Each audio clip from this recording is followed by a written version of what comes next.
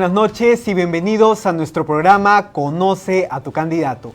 El día de hoy les saluda Nicolás Celino y en la conducción me acompaña Johnny González. Muy buenas noches, Johnny. Muy buenas noches, Nicolás. Contento de estar aquí contigo compartiendo la conducción. Comentarles a las personas que luego de la disolución del Congreso de la República se convocaron a elecciones congresales, las cuales tienen como fecha el 26 de enero del 2020. Y esta noche están con nosotros algunos de los postulantes al nuevo Parlamento.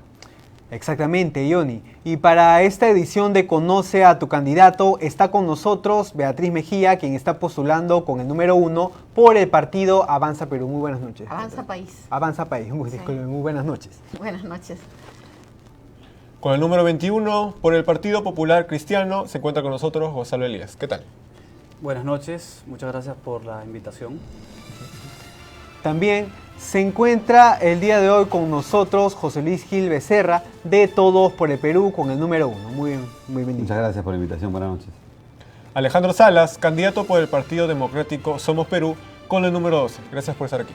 Estar en un recinto universitario es un placer. Muchas gracias por la invitación. Agradeciendo a todos los candidatos por su presencia el día de hoy, vamos a empezar explicando la temática de este programa. Cada uno de ustedes tendrá un minuto para exponer sus propuestas con respecto a los diferentes temas que se abordarán el día de hoy. Por ello, les pido que por favor respetemos el tiempo dado para que de esta manera todos los presentes aquí podamos participar equitativamente. Y el primer tema que vamos a tocar esta noche y para debatir es la inseguridad ciudadana, que como todos sabemos es un tema de nunca acabar. Según recientes estudios, el 76% de los limeños se siente inseguro en las calles. Una cifra alarmante que ejemplifica la grave situación que enfrentamos día a día. Para esto hemos preparado el siguiente informe. Adelante. Esta es la ciudad de Lima, conocida también como Lima la Gris, Lima la Congestionada, Lima la Chillona, Lima, la ciudad de los reyes, pero de los reyes, de la inseguridad. Hablar de este fenómeno social y sus distintas modalidades es el pan de cada día en esta ciudad y forma parte del menú de los distintos noticieros. Una mujer murió tras ser baleada por delincuentes que huían de la Policía Nacional. Pronto los vecinos advirtieron que escuchaban hasta 20 disparos. 4 peruanos y 3 venezolanos fueron detenidos cuando intentaban asaltar un supermercado.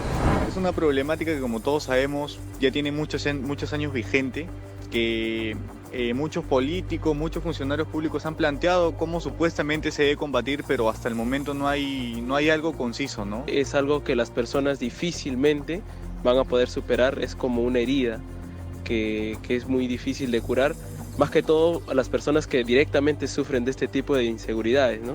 La educación es una parte, por eso le digo que esto tiene que tener un enfoque multisectorial, multidisciplinario. La delincuencia en el Perú es un problema social, la delincuencia en el Perú no es un problema de policías y ladrones, es un problema de una política, hay que enfrentarla con una política pública. Hogares, formación, ¿no? Colegio, escuelas, institutos, comunidad misma. El miedo a ser víctima de este delito se apodera de la mayoría de ciudadanos. De acuerdo a una encuesta del Instituto de Estudios Peruanos, se sabe que del 2015 al 2019, la percepción sobre este tema se ha mantenido igual, ya que un 76% de la ciudadanía manifestó sentirse poco segura ante este delito. La impunidad crece y provoca comentarios como estos por parte de los mismos delincuentes. Aquí saliendo del Palacio de Justicia de Perú, aquí me dieron mamagüo, papel, no sé, será para limpiarme con él, no sé. Perú City, Venezuela, hierba mala nunca muere. Implementar programas de recuperación de jóvenes en riesgo, que a los 8 años ya están siendo pájaros fruteros, robando pequeñas cosas, y convertirlos en ciudadanos de bien, que respetan la norma, en buenos ciudadanos. Oiga, es un proceso largo, 15, 20 años. Allí tiene que trabajar el Estado. Si no, estamos asistiendo a un círculo vicioso. ¿Es posible que Lima se convierta en una ciudad segura? Debate a la vista.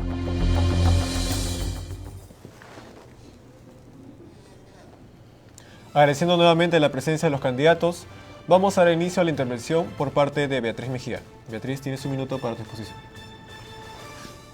Cuando se legisla, se cae siempre en el error de legislar las manifestaciones de los problemas sociales. Y una cosa fundamental es el diagnóstico. Cuando tú hablas de inseguridad ciudadana, hablas de toda una causalidad social, que en el reportaje algunos lo han mencionado. Pero en este momento tenemos una cultura que está fomentando la violencia y la delincuencia, además de decisiones de Estado totalmente desacertadas que están permitiendo el ingreso de gente extranjera que tiene prontuariada y que está generando una violencia que el Perú no conocía, o sea, mucho más perversa, mucho más cruel. Entonces hay una serie de medidas que tienen que legislarse, pero en la parte que corresponde a lo que es la prevención de la delincuencia, tiene que ver con toda la cultura que en este momento está impregnando por todos los medios de comunicación social precisamente elementos que fomentan la violencia y la normalización de la delincuencia como forma de vida. Y esto está, digamos, dentro del esquema de lo que tiene que hacerse en el segundo punto, en el campo de la educación y en toda la cultura. Muchas gracias, Beatriz. Ahora vamos a dar el pase a Gonzalo Elías. Gonzalo, tienes un minuto. Bueno, nosotros, el PPC, somos un equipo que juega limpio y como partido vamos a proponer una serie de leyes para combatir el tema de la inseguridad ciudadana, que es complejo y que hay que afrontarlo de una manera integral.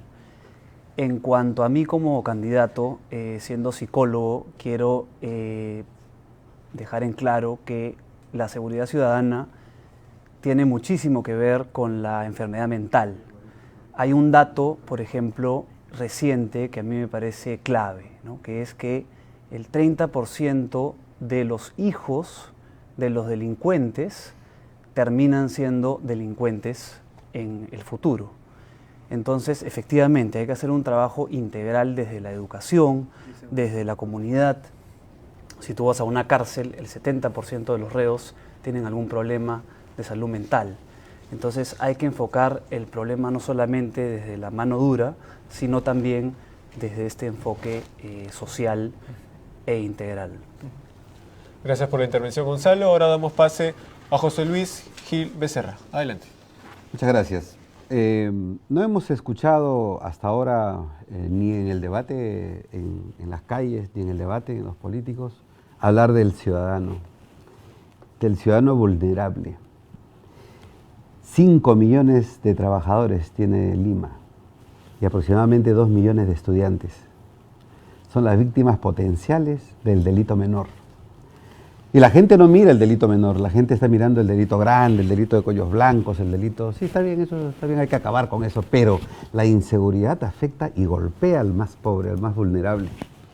Al estudiante que sale todos los días valientemente con su mochila, su teléfono, su pasaje, su lonchera, su tablet, todo ese patrimonio que carga, y el trabajador también, es una aventura salir de su casa a la calle. Entonces, nosotros vamos a plantear una ley que los proteja. ¿Cómo? Yo la puedo decir. Nos esperamos entonces. Okay, está bien. El tiempo nos está ese, es mi ganando. ese es mi objetivo. Gracias. Bueno, muchas gracias por la intervención. Ahora vamos a pasar finalmente con Alejandro Salas. Adelante, por favor, tiene un minuto. Muchas gracias. Viniendo justo a esta entrevista, se paran 2 motocicletas en el semáforo al costado de mi auto. Obviamente la sensación de inseguridad es evidente. Yo esperaba que el semáforo cambie de manera inmediata. La inseguridad ciudadana está obviamente vinculada al tema de la pérdida de valores. Hay muchos niños y adolescentes que están creciendo en un ambiente de violencia. Hay que hacer políticas sociales para rescatar a estos niños y a estos adolescentes que van a ser los futuros delincuentes si es que el Estado no trabaja con ellos. Pero algo más. En la seguridad ciudadana también hay negocio. En la inseguridad ciudadana también hay empresas que están lucrando. Tenemos que ver la política de las compras de la logística para la inseguridad ciudadana. No es lo mismo que un privado compre vehículos, motocicletas, uniformes, motos, radios, que lo compre el Estado. Sin embargo, pagan lo mismo. Entonces hay que exonerar de impuestos por un tiempo determinado toda la logística que corresponde a la inseguridad ciudadana. Y eso sí tiene que venir del Congreso. Gracias. Bueno, muchas gracias por sus comentarios a todos. Hemos escuchado a estos 4 candidatos y su exposición acerca sobre la inseguridad ciudadana. Ahora vamos con otro tema que interesa mucho a la ciudadanía, la educación. que muchas veces la falta de este derecho es causal de la delincuencia. Recordemos que según los últimos estudios del Programa para la Evaluación Internacional de Estudiantes, da como resultado al Perú en último puesto en educación en Latinoamérica. Tenemos un minuto para estas propuestas ante este tema. Empezamos ahora por Alejandro Sales. La educación. En el año 1995 se dio lo que es la Ley de Educación de Colegios Privados. Hoy en día nadie regula lo que son los montos de pensiones de los colegios privados. Con suerte, una madre de familia, un padre, jefe de familia, puede escoger en qué colegio puede estudiar su hijo. Los colegios estatales no se abastecen. La gran demanda que hay hacen que, digamos, los niños se queden sin cupo. Entonces, se tiene que modificar esta ley de colegios privados para que el Estado regule los montos de las pensiones y sobre la base de eso establecer calidad educativa. Calidad educativa que les enseña a los niños con una currícula, por ejemplo, ¿por qué no enseñarles lo que es la corrupción? Yo creo que un adolescente de tercero, cuarto, quinto de secundaria puede empezar a saber cuál es la historia de la corrupción en el país y las consecuencias que éstas tienen. Recuperar los valores a nivel de los educandos es absolutamente fundamental y no se está haciendo. Debemos enfocarnos en eso porque eso es lo que corresponde para lo que van a hacer o lo que va a ser quienes van a tener el destino de nuestro país en estos próximos años. Muchas gracias. Ahora vamos a dar pase a José Luis. Adelante, por favor, tiene un minuto. Muchas gracias. Yo me voy a enfocar siempre en el ser humano y me voy a enfocar en el alumno. Y lo hablo por experiencia personal propia. En Loreto, en los lugares más pobres del país donde he trabajado como oficial de la Policía Nacional, organizaba a la población para que las madres y los padres de familia se paren en la puerta de los colegios a exigir el cumplimiento de las horas de estudio al que tienen derecho los alumnos. Hay que garantizar que los alumnos estén en las aulas, en los lugares más pobres. Ese es el problema de fondo. Probablemente los colegios privados tengan muchos problemas, pero los alumnos de los lugares pobres del país, nadie los defiende. Y hay que dar una norma, hay que dar una ley para garantizar que el profesor cumpla sus 1.200 horas de clase, como corresponde. Gracias por la intervención. Ahora pasamos con Gonzalo Elías. Adelante, por favor. Bueno, yo soy psicólogo y he trabajado 14 años en colegios. Puedo hablarles desde la práctica y no solamente desde la teoría. La educación es fundamental. Se habla mucho de la educación, pero a la hora de la hora no se invierte lo que se tiene que invertir y no nos jugamos como deberíamos por la educación. Hace poco tiempo fue promulgada la ley de la convivencia sin violencia por el bullying, ¿no? El tema del bullying, que no solamente ocurre en los colegios, sino también en las universidades y en los centros laborales, obligó a que haya al menos un psicólogo por colegio. Esto no se cumple. Hay que fiscalizar esta ley que ya está promulgada y que hay que aplaudirla también porque es buena, pero hay que fiscalizarla y aún así mejorarla. Porque el día que lleguemos a tener, aunque sea un psicólogo por colegio, igual será insuficiente. No puede haber un psicólogo por 1.200 alumnos. Bueno, muchas gracias por la intervención. Ahora finalmente vamos a pasar con Beatriz Mejía. Beatriz, por favor. Gracias. Desde los 17 años he estado trabajando el tema de educación en el Perú como directora de capacitación del Poder Judicial, directora general del Centro de Investigaciones Judiciales de la Corte Suprema y directora general de la Academia de la Magistratura. Soy presidente del Instituto Educando para el Bien, Educa Bien, que justamente tiene la gran preocupación de ver un proceso de reforma judicial que data desde 2009 y que a la fecha reporta que en lugar de haber mejorado la calidad de la educación, ha disminuido. Estos son cifras dadas por el propio Ministerio de Educación. O sea, hay un declive en la calidad de la educación. Eso está demostrando que el proyecto de reforma judicial ideologizado ha fracasado para resolver el tema de la educación en el Perú. Y nosotros lo que estamos planteando es un proyecto de ley de bases de la educación peruana, que sea el fruto del consenso de la ciudadanía, sobre todo de los partícipes en el proceso educativo, fundamentalmente maestros y padres de familia, para que se pueda dar el enfoque que dice el artículo 14 de la Constitución, científico y tecnológico de la educación, y no como ahora, que está basado en ideologías y donde los chicos salen de quinto y secundaria cada vez sabiendo menos. Listo. Sí, bueno, hemos escuchado ahora a los 4 candidatos sobre los diferentes temas y ahora, Celino, ¿tienes una pregunta? Sí, bueno, luego de haber escuchado estas propuestas por parte de los candidatos, vamos a proceder a hacer la rueda de preguntas. Se dice que el 76% de los limeños no se siente seguro en las calles. ¿Cómo ustedes podrían controlar la alta peligrosidad que actualmente se vive en las calles de Lima? Señor Carlos Salas. Sí, la sensación de inseguridad es del 76% efectivamente, pero el 26% de limeños ha sido víctima de algún acto de violencia delictiva. Bajo esa circunstancia, si queremos abordar el tema de manera inmediata, tenemos que hacer que exista logística para luchar contra la criminalidad. Lo vuelvo a repetir, el Estado no puede comprar la logística para la criminalidad igual que lo compra un privado. Los vehículos, las motocicletas, las radios, los uniformes y demás implementos para la seguridad ciudadana tienen que estar exonerados de impuestos para que el Estado pueda comprarlos a un precio adecuado, pueda abastecerse de mayor logística para ponerla en las calles. El servicio público de la seguridad ciudadana tiene que verse reflejado en la calle. Si no lo vemos o no lo hemos visto, es porque la inseguridad ciudadana ha sido parte de un gran negocio de algunos. Y mientras que exista, van a seguir lucrando con la inseguridad ciudadana. Y eso tiene que cambiar. ¿Usted cree que dando esta exoneración a los implementos de los policías, de los agentes de seguridad, se pueda un poco revertir esta situación de la estadística? Va a ser un paliativo para poder tener más herramientas en las calles. Va a ser un paliativo para poder darle más sensación de seguridad. Te vuelvo a repetir, viniendo en un semáforo, 2 motocicletas se paran a mi costado. Obviamente, si yo hubiese visto un patrullero o una moto policía, mi sensación de inseguridad hubiese bajado. Pero no las vemos. Normalmente llegan cuando ya el hecho está consumado. Y eso, los delincuentes lo saben. Y eso es algo que tiene que empezar a cambiar. Quisiera escuchar la versión de Gonzalo. ¿Qué opinas al respecto? Sí, estoy totalmente de acuerdo en que hay que seguir invirtiendo en logística, hay que invertir en implementos, hay que invertir en patrulleros, hay que invertir en tecnología. La tecnología es clave en la lucha anti inseguridad ciudadana.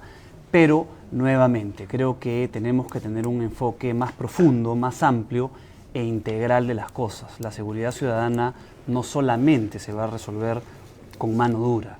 Necesitamos entender que detrás del delincuente hay una persona que tiene hambre, que sufre, que tiene algún problema de salud mental. Tenemos que trabajar en prevención, tenemos que comprender que mientras que no enfoquemos los problemas de esta manera integral, no vamos a llegar a soluciones verdaderas. Y bueno, ¿qué piensa al respecto, señora Beatriz? ¿Usted cree que esto que podría...? el Estado sufre una esquizofrenia normativa en el sentido de permitir y fomentar una cultura que está destruyendo la identidad de principios y valores de la sociedad peruana y por otro lado quiere reducir la delincuencia. Entonces yo creo que acá tiene que haber una armonía, una coherencia legislativa entre lo que se promueve a nivel de políticas públicas y lo que se quiere obtener como resultado de la conducta social. Entonces estoy de acuerdo con lo que han expresado los que me han antecedido, pero hay un tema que sí es de urgencia, que es, por ejemplo, controlar la eficiencia y la efectividad de los organismos policiales, fiscales y judiciales. Yo soy abogada penalista, litigante, ¿no? Y puedo ver que delincuentes me dicen, yo, doctora, ¿por qué tengo que ser honesto? Si el policía me cobra, el fiscal me cobra, el juez me cobra, todos son corruptos. Entonces, sí se puede ejercer un control sobre estos entes. ¿De qué manera? Haciendo participar a la ciudadanía en el control de los entes públicos. Esto es algo que se puede normar. En la Constitución está la facultad de la participación ciudadana en el control de la administración de justicia. No se ha reglamentado. Es bien fácil hacer una ley que reglamente esto y extender esta participación ciudadana en el ámbito policial. El día que la ciudadanía tenga control sobre las comisarías, la conducta de los policías van a dejar de hacer las muchas cosas irregulares que hacen, porque en los distritos saben perfectamente quiénes son los ladrones, quiénes son los que hacen determinado tipo de acto ilícito, los conocen. Entonces hay una permisividad de estos actos delincuenciales que con el control ciudadano se puede terminar. Tan es así que mira la efectividad que ha demostrado las rondas campesinas, y ahora se está hablando de rondas urbanas. Eso está llamado a funcionar, porque entonces se pone de pie la ciudadanía para hacer efectivo el control que deben tener sobre los poderes del Estado y sobre la misma conducta delictiva en sus zonas. Pero también estamos viendo que algunas rondas campesinas mayormente suelen tener un poco más de agresividad en contra de esos delincuentes, ¿no? Que logran hasta poder quemarlos, hasta matarlos en algunas ocasiones. En los años 80 hicimos con el Centro de Investigaciones de la Corte Suprema capacitación de justamente comunidades campesinas, todos los medios alternativos de solución de conflictos, jueces de paz no letrados y los medios de las rondas campesinas, para evitar que vulneren derechos fundamentales. Eso se ha perdido. Imagínate, yo salí de la Corte Suprema en el 90, entonces ya no se ha hecho ese trabajo. Es importante hacer ese trabajo, que se fomente una cultura del respeto a los derechos fundamentales de las personas en todos los niveles del país, a nivel del aparato oficial, del poder de gobierno central, los poderes del Estado y por supuesto aquellos que tienen alguna función como las rondas campesinas o jueces de paz no letrados. Ahora, en los momentos que estamos viviendo en Lima principalmente, señor José Luis, muchas personas están queriendo hacer la labor de los policías. Hay estadísticas de que se compra más armamento para defensa personal, las personas no se encuentran inseguras y, como usted bien dice, señora Beatriz, las personas saben quiénes son los delincuentes de su zona, pero muchas veces cuando recurren a una comisaría, pues el trato no es el que se espera. Correcto. Ya ha habido varios informes del comercio con respecto a este tema, que se demoran 3, 4 días para hacer una simple investigación sobre un robo de bicicleta. Entonces, ¿es también parte de los policías este tema de la inseguridad? Sí, a ver, yo quisiera primero explicarle la lógica criminal. Tengo 30 años de policía, en el último año he sido director general de inteligencia del Ministerio del Interior, y mi experiencia en seguridad es, creo yo, vasta. Porque además he participado en N operaciones y creo que conozco un poco del tema de seguridad. La lógica criminal. El delincuente sabe que si roba en Miraflores, ahora, y mañana roba en San Juan del Lurigancho, no pasa nada, porque no hay una ley que diga que pueden acumularse los delitos. ¿Por qué? Porque los fiscales tienen sus propias jurisdicciones. Entonces, el fiscal de Miraflores no va a acusar a un detenido por lo que ha hecho en San Juan del Lurigancho, ni menos en Villa El Salvador. No lo puede hacer, la norma no permite. Eso es lo que vamos a legislar. Ley de bandas. Tiene que haber una fiscalía de bandas y tiene que haber acumulación de delitos. Con lo cual, si la gente se le educa en cómo denunciar lo que haya hecho en Miraflores, San Juan del Lurigancho, Villa El Salvador, se le va a acumular en una sola y se le va a dar penas. Entonces, hablemos de legislar. No hablemos de trabajar como ejecutivo, en mi caso. Y conociendo la problemática, la lógica criminal, cómo se mueve el delincuente, siente que esa impunidad está en el aire. ¿Por qué? Porque no sabe que puede robar aquí o más allá. ¿Y a quién se protege con esto? A esos 7 millones de ciudadanos vulnerables, a esos que salen todos los días a pelear desde la puerta de su casa, ¿no es cierto?, a su trabajo o a su universidad o a su colegio. A ellos hay que protegerlos ahora. Luego lo otro sí, está bien, políticas públicas, eso me parece extraordinario. Pero en su momento, mañana la gente quiere una ley, que la policía comienza, que tenga los instrumentos, el fiscal y la policía, de poderlos sitiar, bloquear. Eso es lo que tenemos que hacer ahora. ¿Y qué hace con la delincuencia dentro de la policía? Ese es otro problema. Para eso vamos a plantear una serie de normas. Hay normas interiores dentro de la policía que también tenemos que cambiar, pero eso seguramente será materia de otro... Claro, pues es un acto de corrupción claramente, ¿no? Así es. Vemos que el Poder Judicial está totalmente podrido de personas que utilizan su cargo para favorecer a otros funcionarios públicos. ¿Qué ejemplo nos pueden dar los fiscales hoy día y los jueces si también los están atrapando? Ya el tema de la corrupción no es, entre comillas, patrimonio de la policía. Comentaba, ¿no?, Gonzalo, Gonzalo el tema de educar con respecto a la corrupción. Sí. Quizás sea interesante, importante que los niños, los chicos, los jóvenes sepan, que lean los libros del ministerio, quizás la corrupción, pero hay que, mire, yo creo que hay que aterrizar este Congreso de muy corto tiempo. Tiene que ser preciso en las cosas que va a hacer, en las cosas que va a dejar. Este es un Congreso puente, este no es un Congreso que va a resolver todos los problemas del país. ¿Cuál es el principal problema del país en este momento? La inseguridad. Pero es que creo que actualmente este problema de la inseguridad ciudadana es porque las personas ya no creen en la Policía Nacional. Por ejemplo, hace poco ha salido un informe de que en Ayacucho, si no me equivoco, habían agarrado a policías. Los habían agarrado y los habían comenzado a golpear y todo eso porque ellos se habían ido a una operación sin antes haber avisado. O sea, fueron solos y los pobladores decían de que ya estas personas habían querido como que comprar cupos a los campesinos que están ahí, pero ese es parte de la desconfianza que ahora tiene. Seguramente, usted me está dando números, perfecto. ¿Cuántos son estos policías corruptos? ¿100? ¿20? ¿30? Seguramente los vamos a contar. Pero yo le puedo decir, el año pasado, 12 meses de gestión, hasta octubre de este año, 151 personas capturadas por corrupción en mi gestión. 600 personas por bandas criminales, por sicariato, capturadas en coordinación con la policía. 150 personas capturadas por narcotráfico y terrorismo. La policía hace su trabajo, pero si queremos calificar a la policía por los casos aislados, creo que no es una validación justa, ¿no? Todos los días la policía hace su trabajo, le falta ley, le falta norma, le falta reentrenarse, seguramente. Pero si no, el desorden en el país fuera, ¿no es cierto? Fuera tremendo. Quisiera escuchar la versión de Alejandro. Sí, claro. Empezaste la pregunta haciendo o manifestando el tema del porcentaje, 76% de inseguridad y cómo podríamos, digamos, paliar esa situación. Por eso que me refería al tema logístico. Pero si hablamos de la inseguridad propiamente dicha y de la corrupción que hay a niveles institucionales, obviamente todo eso, tanto la criminalidad como la corrupción, está sembrándose en nuestros niños, en nuestros adolescentes, en aquellas familias donde hay violencia, en aquellos niños que perciben violencia. Ese niño de 5, 6, 7, 8 años, que en estos momentos esté en un ambiente violento, en 20 años, en 15 años, es el que te va a poner la pistola en la cabeza para que te bajes del carro, porque el Estado no está aplicando las políticas públicas para poder atenderlo. Entonces hay dos contextos sobre la inseguridad ciudadana. El contexto inmediato, cómo atacarlo, y el contexto a futuro. Obviamente, el contexto a futuro viene en trabajar en quienes van a ser nuestros futuros ciudadanos. Queremos ciudadanos, no queremos criminales. Y el Estado tiene que atender a aquellos que están creciendo. Claro. ¿No es cierto? Claro, lo quería aclarar también que ese tema de los niños, que dentro de 20 años te pueden poner una bala en la cabeza, son los que juntamente los padres se hacen los dormidos en los micros para no pagar pasaje, se evitan las colas.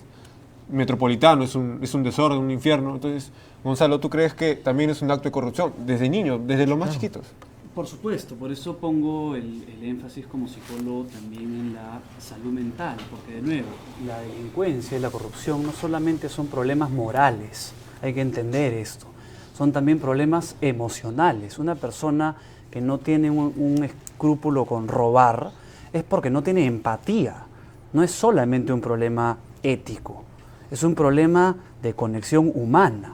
Entonces, por supuesto, hay que atender las necesidades urgentes, el síntoma, comprar más patrulleros, invertir en tecnología, poner leyes más duras. Claro que sí, pero no nos engañemos, eso no soluciona las cosas. Necesitamos un enfoque integral. Si tú inviertes en educación, inviertes en salud mental, inviertes en un centro cultural, en deporte, en un municipio a nivel distrital, bajan los niveles de pandillaje, bajan los niveles de delincuencia, bajan los niveles de drogadicción. Entonces, eso es lo que hay que entender. El ser humano es un ser integral y la seguridad ciudadana está integrada con estos otros temas como la educación, el deporte, la cultura, que también hay que atender y no verlo como algo aislado, ¿no? Ustedes han entrado a una cabina de internet 10 de la mañana en cualquiera de los conos. Hay niños con su uniforme escolar que no han ido al colegio y que están jugando a policías y ladrones, pero mientras más policías matas, tú ganas. Entonces, y esto se está permitiendo como la cosa más normal. Entonces los chicos cuando salen de quinto de secundaria, ya son, digamos, 17, 18 años, están entrenados en matar a punta de juegos, de videojuegos. Y esto se permite como algo ordinario, y donde el ser malo es ser exitoso en esos juegos. Entonces, alguien está normando esto. Regular eso es muy sencillo, no hay ningún control. Pero Beatriz, también hay juegos que no incentivan la violencia. Entonces, ¿por qué los niños prefieren jugar los videojuegos de violencia a no jugar un juego educativo? ¿Por qué? Le voy a dar un caso, disculpe, doctora. Sí. Le voy a dar un caso nada más que nos debe preocupar a todos. En agosto de este año hemos capturado a un joven por pertenecer a ISIS, al Estado Islámico. Sí, lo leí. Se ha convertido, ha vuelto converso por internet desde su casa. Entonces, el control de internet, ¿no es cierto? La ciberseguridad para el país es un reto, es un desafío para todos, para los legisladores, para los policías. Entonces, mire lo que puede pasar, como siguiendo la lógica de la doctora Mejía de estas cabinas de internet, ¿quién está convirtiéndose maleramente a otra religión? Y finalmente termino con este joven. ¿Sabe lo que quería hacer? quería comprar un camión y atropellar a los Panamericanos. Panamericanos. Sí, salió una noticia con Entonces, eso es un trabajo de nosotros, Claro, de la Policía Nacional y de la Dirección de Inteligencia. Bueno, muchas gracias. Vamos a seguir después del corte comercial que vamos a hacer. Queremos, más que todo, agradecer a todos los candidatos por las respuestas que nos han dado. Vamos a hacer una pequeña pausa comercial, pero ya regresamos para seguir debatiendo con otros temas importantes para la ciudadanía. Muchas gracias. Vamos a volver. ¿Y otro candidato?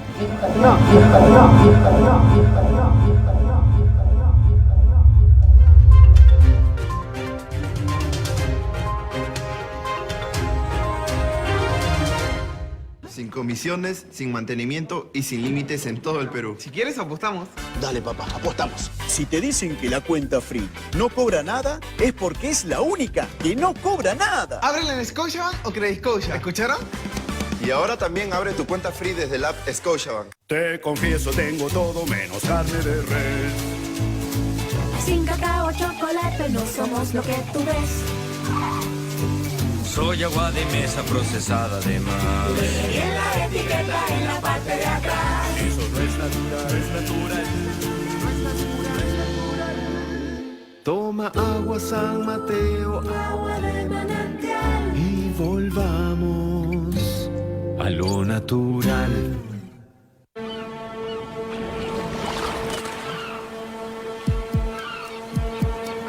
¡Hey, nene!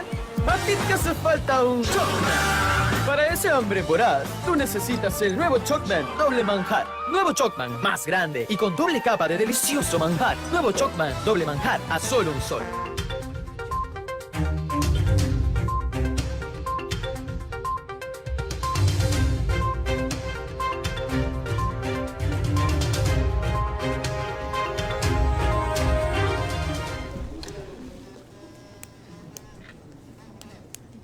Bueno, estamos de vuelta aquí en Conoce a tu candidato. Nos encontramos con postulantes al Congreso de la República, quienes están exponiendo sus propuestas sobre temas de interés nacional. Otro sector que tiene problemas recurrentes es el de salud, pues según datos del INEI, el 28% de los niños en el Perú sufren de anemia. Además, los limitados recursos con los que cuentan los hospitales para combatirla la hacen una dura batalla por derrotar. Veamos el siguiente informe. La anemia es una enfermedad silenciosa que afecta el presente y el futuro de los niños y niñas del país. 4 de cada 10 niños menores de 3 años están anémicos. Esto ocasiona que tengan problemas de aprendizaje, un menor desarrollo físico y sean propensos a contraer enfermedades. Los niños que tienen anemia van a ser niños que no tienen una buena actividad motora, no tienen un buen aprendizaje, les cuesta más, por lo tanto, aprender. Esos serían signos que nos deberían preocupar, ¿no? La anemia por deficiencia de hierro es el desorden nutricional más común en el mundo. En los niños menores de 5 años, las estadísticas incrementaron de 30,7% en el año 2017 a 35,6% en el 2019. El bebé debe recibir alimentos que tengan un contenido rico en hierro. Estamos hablando de hígado de pollo, la famosa sangrecita, la carne de res, la carne de pollo, puede ser la carne de pavo también, y el pescado en el momento que indique su pediatra. En una región como Puno, la anemia afecta a 8 de cada 10 niños menores de 3 años. A nivel rural, la anemia entre los niños de esta edad supera el 54,6%. Por otro lado, la Contraloría General identificó recientemente un alto nivel de incumplimientos de las normas técnicas de salud en los principales servicios que brindan los hospitales e institutos públicos a nivel nacional, lo que genera el riesgo de una inadecuada atención a los pacientes. El paciente viene con la perspectiva de obtener su cita en el día que él desea y en el horario que él desea. A veces no es así, ¿no? Se le brinda al paciente con la mejor de las oportunidades, más o menos con una fecha tentativa de cita de un mes. Hoy en día, los hospitales del Ministerio de Salud cuentan con 24.000 médicos para atender a 17 millones de pacientes. Finalmente, este alto promedio nacional oculta realidades aún más preocupantes en distintas zonas del país.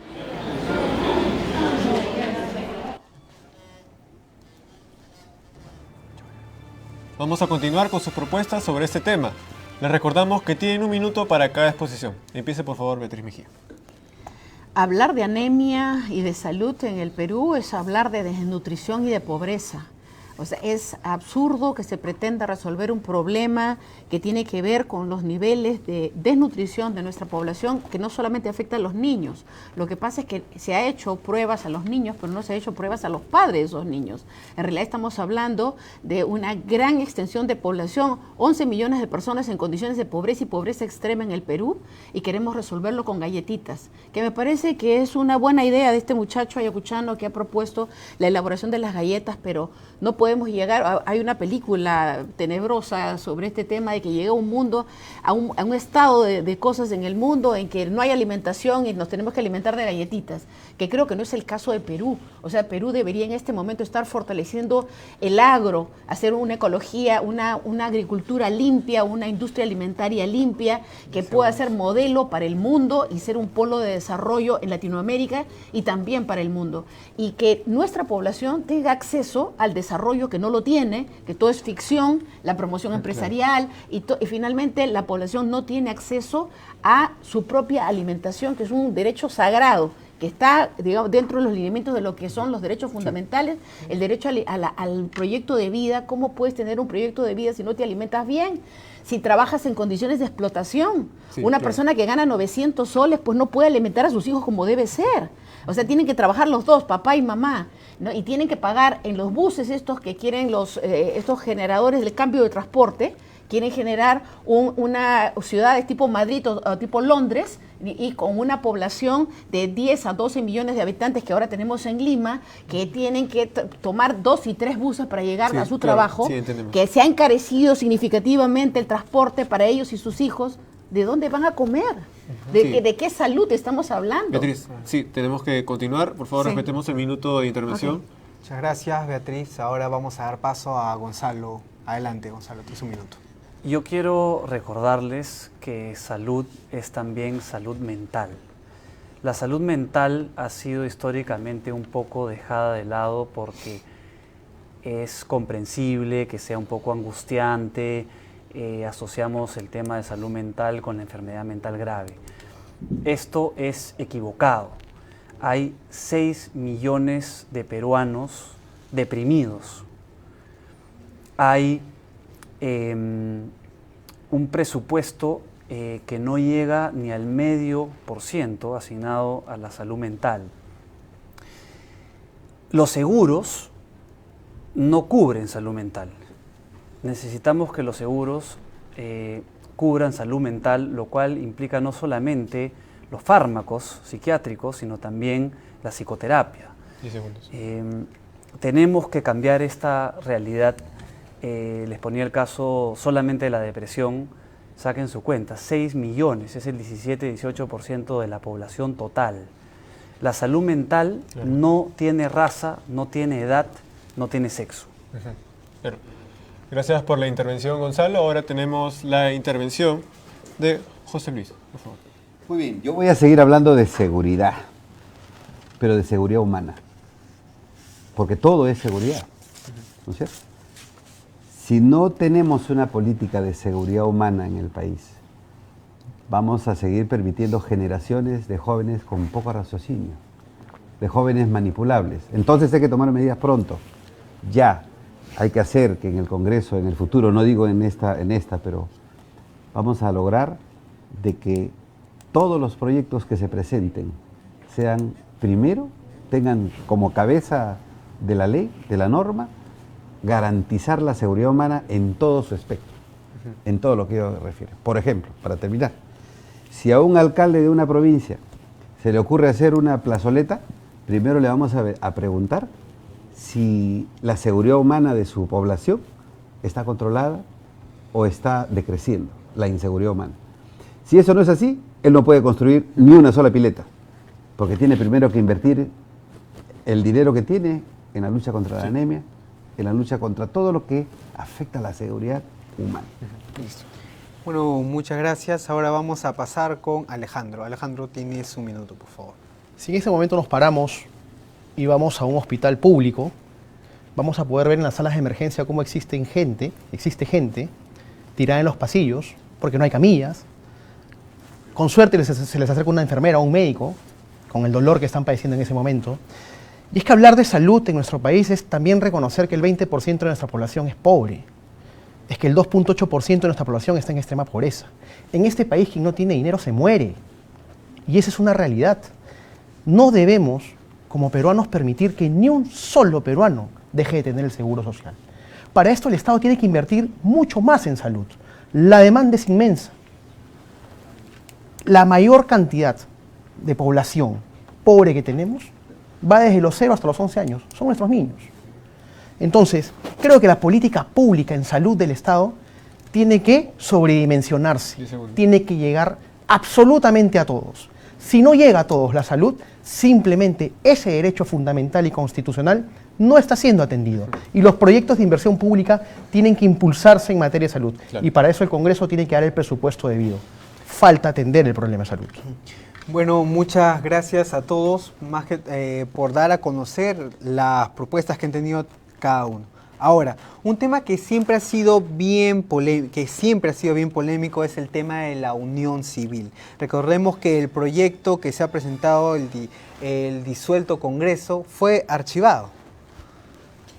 Comenzamos con José Luis, por favor. Alejandro Salas, perdón, disculpen. Alejandro, ¿Sí? tu opinión acerca de este tema que mueve masas. Bueno, sí, mira, yo soy padre de 3 niñas. Yo sueño como padre que mis hijas se casen como yo me casé, que constituyan una familia, pero si algún día una de ellas, en algún momento determinado, me dice que ha tenido algún otro tipo de opción y que considera que su relación sentimental tiene que ser distinta a la que yo escogí en algún momento determinado, no va a dejar de ser mi hija. Me queda como padre apoyarla. Y si yo hago eso con mis hijos, no soy quien para señalar a terceros. Yo creo que la felicidad de las personas depende de cada uno mientras que no se afecte el derecho de los terceros. Te lo pongo como un ejemplo, te lo pongo como una historia de vida. Mis hijas aún están pequeñas, pero sea la opción que escojan en su vida, si es la mía o la de su madre, o es distinta, no van a dejar de ser seres humanos, no van a dejar de ser mis hijas. Y esa es mi posición y esa es mi postura. Claro. Bueno, Beatriz, te escuchamos. Sí, acá no hay un juicio de valor de por medio. Cuando vamos al Congreso vamos a aprobar leyes en que tenemos parámetros que son los derechos ya humanos ya reconocidos por los tratados internacionales que el Perú ha suscrito e incorporado a nuestro derecho interno por mandato del artículo 55 de la Constitución. Entonces, el concepto de matrimonio y de familia ya está regulado. Sí. El artículo 23 del Pacto Internacional de Derechos Civiles y Políticos, el 16 de la Declaración Universal de Derechos Humanos y el 17 de la Convención Americana de Derechos Humanos establecen lo mismo. Se reconoce el derecho del hombre y de la mujer a contraer matrimonio y a fundar una familia si tienen edad para ello. Estos 3 conceptos jurídicos están incorporados al derecho interno. El Código Civil peruano lo asume en su artículo 234, pero además el artículo 55 de la Constitución incorpora todos estos tratados como parte del derecho interno. ¿Qué quiere decir? Que nosotros no podemos llegar al Congreso a postular la aprobación de una ley que va en contra de este ordenamiento jurídico internacional que forma parte del derecho nacional. Entonces, hablar de unión civil es en realidad el matrimonio homosexual, que se pretende ponerle un nombre distinto, pero en el fondo colisiona con lo que es el sistema internacional que ya forma parte del concepto de matrimonio y de familia en el Perú. Listo. Gracias por tu intervención, Beatriz. Ahora seguimos con Gonzalo Elías para el tema de unión civil. Adelante. Yo creo que nos hacemos más problemas de los que debemos con el tema de la unión civil. El matrimonio es un concepto que viene de la religión y que hay que respetar, que tiene su lugar, pero no necesariamente tenemos que llevarlo al plano de lo civil. Por eso siempre hemos conocido el matrimonio religioso y el matrimonio civil. Pero ¿por qué no hablar, por qué no hacer un pacto con la iglesia donde hablemos de matrimonio, ¿no?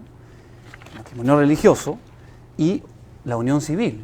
Entonces, yo estoy de acuerdo en que, ¿no?, el término unión civil se ha digamos, hecho famoso como una indirecta al tema del matrimonio homosexual, pero no es correcto, no es preciso.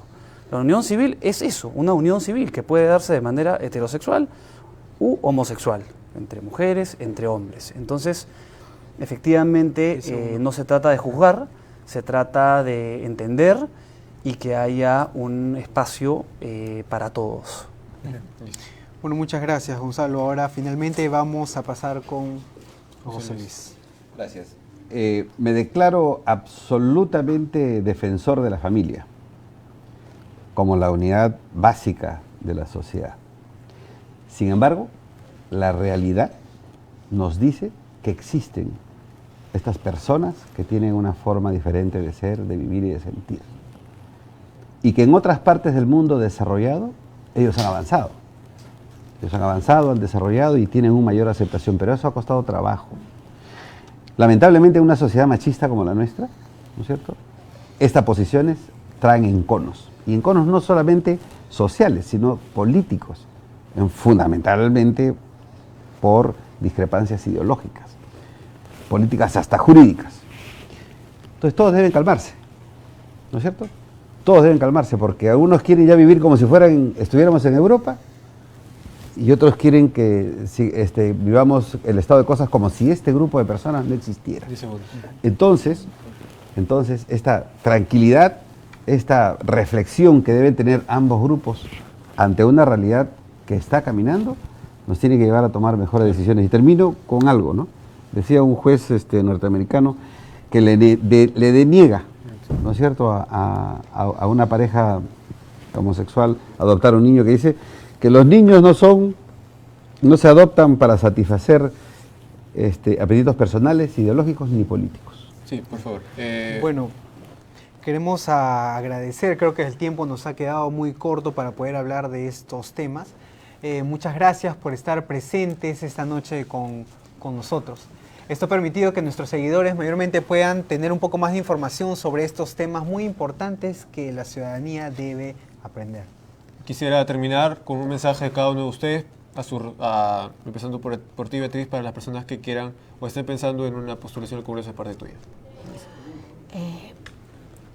Invitarlos a votar con conciencia, con la responsabilidad que esto implica. Ninguno de los que estamos aquí, y creo los que están postulando por todos los partidos políticos, tiene la ilusión de ir al Congreso por 14 meses, que en la práctica van a hacer, sino que es asumir la responsabilidad sobre una tarea que tenemos por delante muy difícil.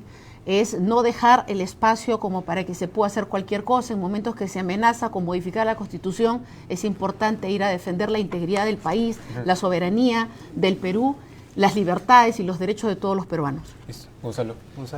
Bueno, para despedirme, muchas gracias por su atención. Yo soy Gonzalo Elías, voy con el número 21, me he olvidado mi PIN, por el PPC, un equipo que juega limpio.